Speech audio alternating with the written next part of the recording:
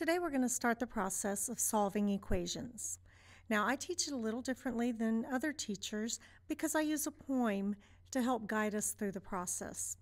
This poem will help you whether it's a simple problem or a very complex problem, but I want everyone to get into the habit of going through this poem each time so that you don't miss steps that are critical to getting the question correct.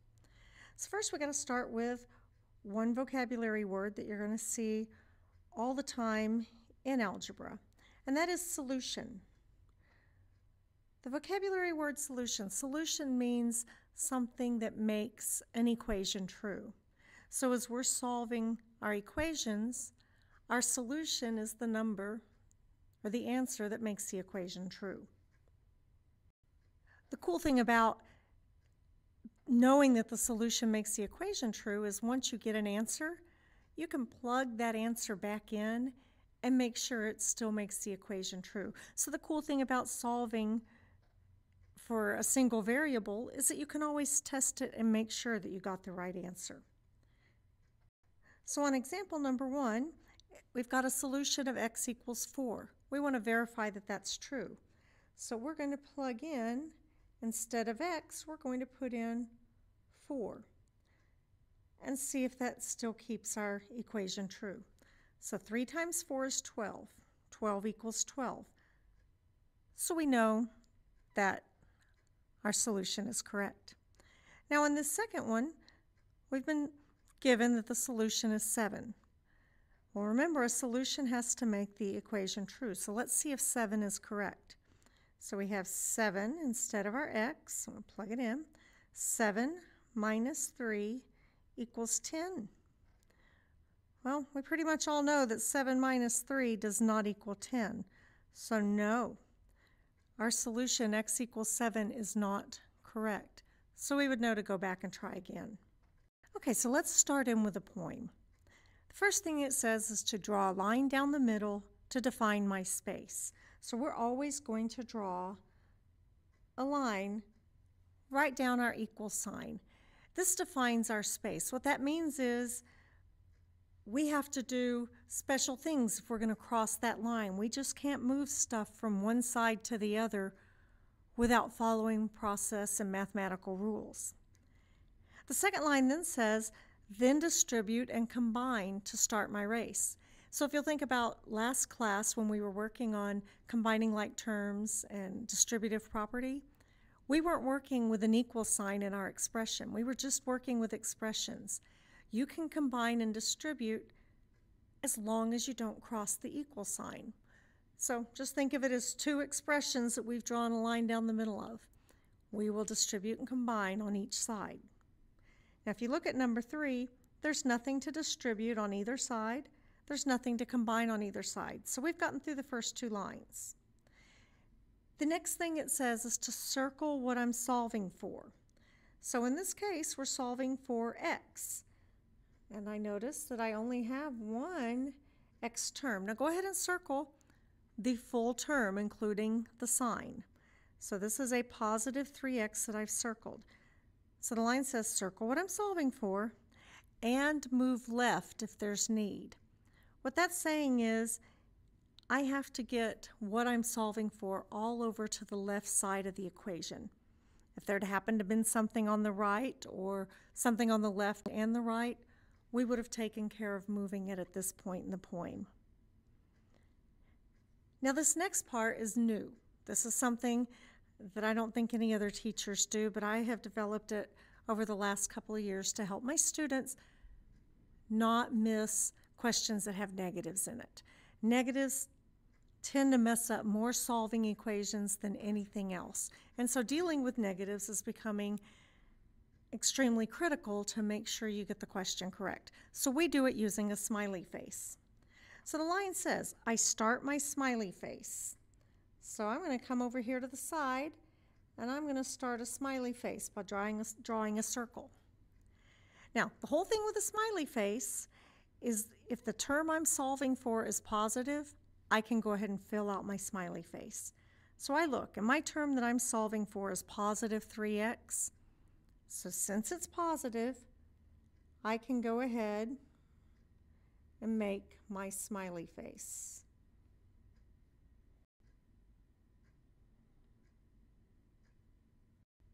Now, since I already had a positive term that I was solving for, and I went ahead and made my smiley face, the second part of that line doesn't matter. But what the second part of that line says is, if it's negative, take heed. What that means is if my term had been a negative, all I could have done was drawn the circle to my smiley face. There's more things we have to look for if what we're solving for is a negative. But we don't have that problem now, so let's move on. The next line says, then I move, move, move. What that means is I'm trying to get this circled term all by itself over here on the left side of my equation. So I've got to move everything that's not that circled term. Now remember from last year, to move anything from one side of our line to the other, we have to do what's called an inverse operation, or do the opposite of whatever it is. So to move a positive 4, I have to do the inverse operation, which is a negative 4. So I'm going to say, fine, minus 4 on both sides. I'm going to draw my line. And then I'm going to bring it down. So positive 4 and negative 4 cancel out.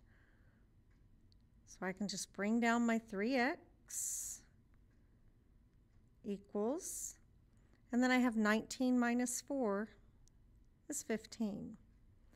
Okay, so the line was, then I move, move, move. Well, I'm solving. My term is the 3x. That's the only thing over there, so there's nothing left to move. So the next part of the line is, and divide, divide, divide. So now is the time when I'm going to divide my coefficient. So I'm going to divide both sides by that 3 that's in front of the x.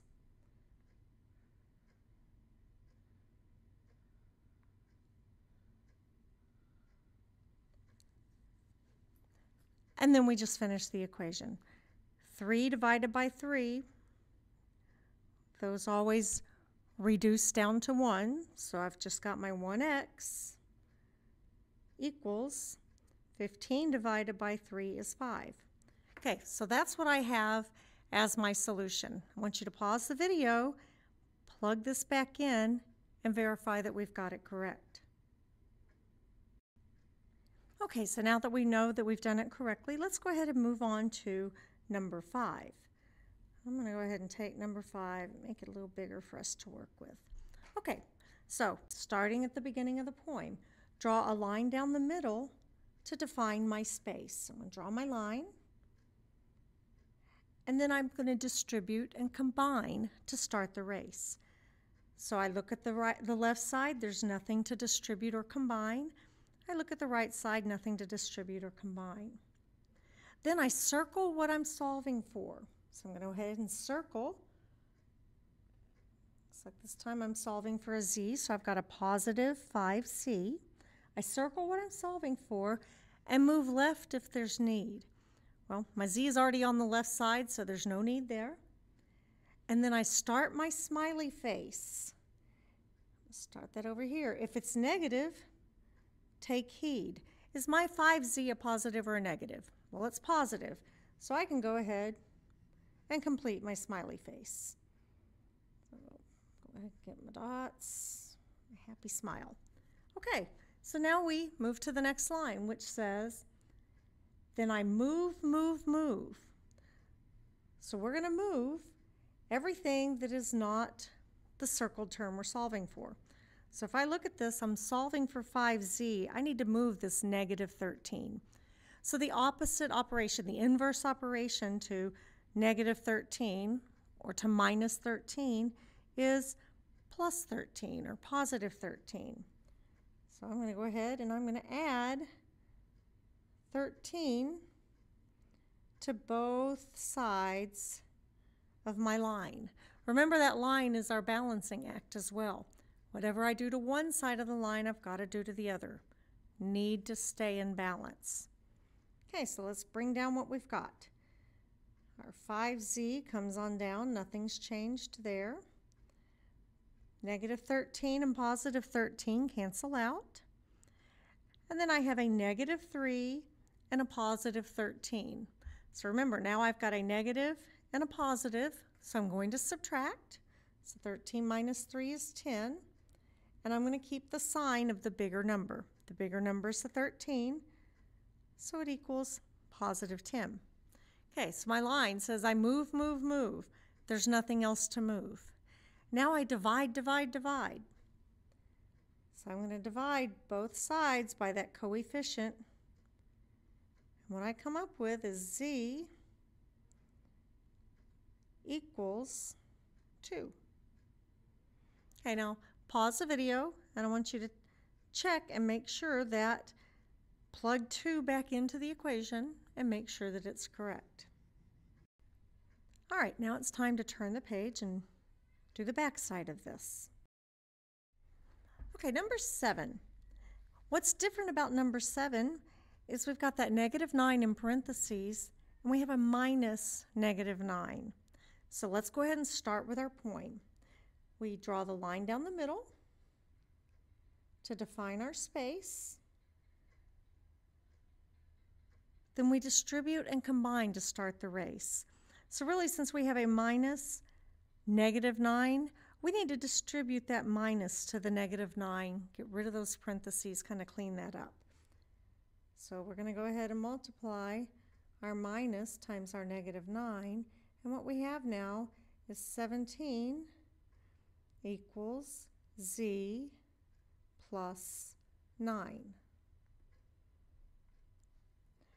Okay, so we've now distributed and combined to start the race. Now we're going to circle what we're solving for and move left if there's need. So when I circle this, z, is it on the left side? No, it's not. So we need to move it. So if we're going to move it, it's a positive z. To move a positive z, we have to do negative z. If we do negative z on one side of the line, we have to do it to the other. Now, here's a critical part. You've got to remember that we were dealing with like terms. We always deal with like terms. Well, z and 17 are not going to be like terms. So don't put this negative z directly under the 17 because you'll try and somehow combine them and it's going to mess you up. So if it's not a like term, put it over to the side. Do not put it under it. Okay, so move left if there's need. So now we have negative z plus 17 equals 9. Okay, starting to clean up. Okay, now we circle what we're solving for. I'll circle my negative z. Circle what we're solving for. Move left if there's need. Okay, we've moved it left. Now I start my smiley face. If it's negative, take heed. Well, is my z a negative? It is. So I can start my smiley face. But since it's a negative, I'm not going to fill out the face of it yet. There's things I need to check. Okay, so now it's time. I move, move, move. So I've got to move everything that's not in my circled term. So I've got a positive 17 that needs to go. So I'm going to say minus 17 on both sides. 17 and 9 are like terms, so I can put my minus 17 under the 9, and they will combine nicely. Okay, so what I've got now is a negative z equals, I've got a positive 9 and a negative 17. So since I have a positive and a negative, I'm going to subtract. 17 minus 9 is 8. And then I'm going to keep the sign of the bigger one. Well, 17 is a bigger number. It's a negative, so this is going to be a negative 8. Okay, so let's look at our smiley face. First thing to get an eyeball on the smiley face is I have to have brought down my negative z down a line. So I brought my negative z down. Notice how I had a negative z up here. When I came down to this line, I brought down the negative. That's the first major mistake, is people will leave the negative up the line above and we get it all screwed up. Okay, so I got my first smiley face. All right, are we solving for negative z? Because that's where we're at. Well, no, we're not. We're solving for positive z. So our coefficient of -1 has got to go with the next part of of the poem. We have to divide, divide, divide because we have to get to a positive coefficient. So we're going to divide both sides by -1. That's the coefficient. So when we are looking to fill out our smiley face, the second big checkpoint is, did I divide by a negative? If I had a negative term I was solving for, I have to have divided by a negative. So I'm going to go ahead and put my second eyeball on my smiley face. Okay, so we have z, let me put a line across it. Negative z divided by -1 is positive z equals -8 divided by -1 is positive 8. Okay, so now I've solved it. I have no smile on my smiley face, so let's go to the last thing we have to check to put the smile in the smiley face. I have an equal sign. If I have an equal sign, then I can go ahead and put the smile in my smiley face. What that tells you is when we get to inequalities, there's something else to check for with a negative. So let's just review really quick the smiley face. In order to get the smiley face, we started out with the fact that we had a negative z that we had circled. So we couldn't fill out the beginning of our smiley face. The first thing that we did correct to get our first eyeball was this negative z that was originally here in our circle. When we came down to the next line, we still had a negative z. That gave us a checkpoint. Then when we have this negative z and we need to divide our coefficient, we made sure that our coefficient we were dividing by, we included the negative sign. That got us our second checkpoint. And then it's an equal sign, so we got a smiley face. Okay, number 8 has a fraction in it, so we're just going to go over quickly how to do that. So our poem says, draw a line down the middle to define my space, then distribute and combine to start the race. I have nothing on the left side that I can distribute or combine, and nothing on the right. Then I'm going to circle what I'm solving for. I'm solving for f, so let's circle that positive f over 4 term. Move left if there's need. There's nothing to move left. Then I start my smiley face. If it's negative, take heed. Well, this is a positive, so I can go ahead and finish up my smiley face.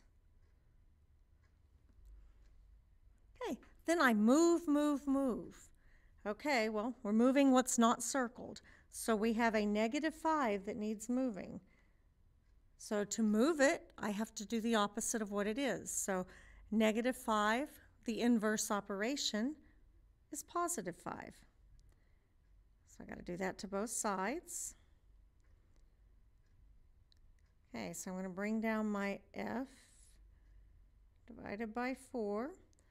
My -5 and +5 cancel out, and this equals, I've got a -9 and a +5. I've got a negative and a positive, so I'm going to subtract. 9 minus 5 is 4.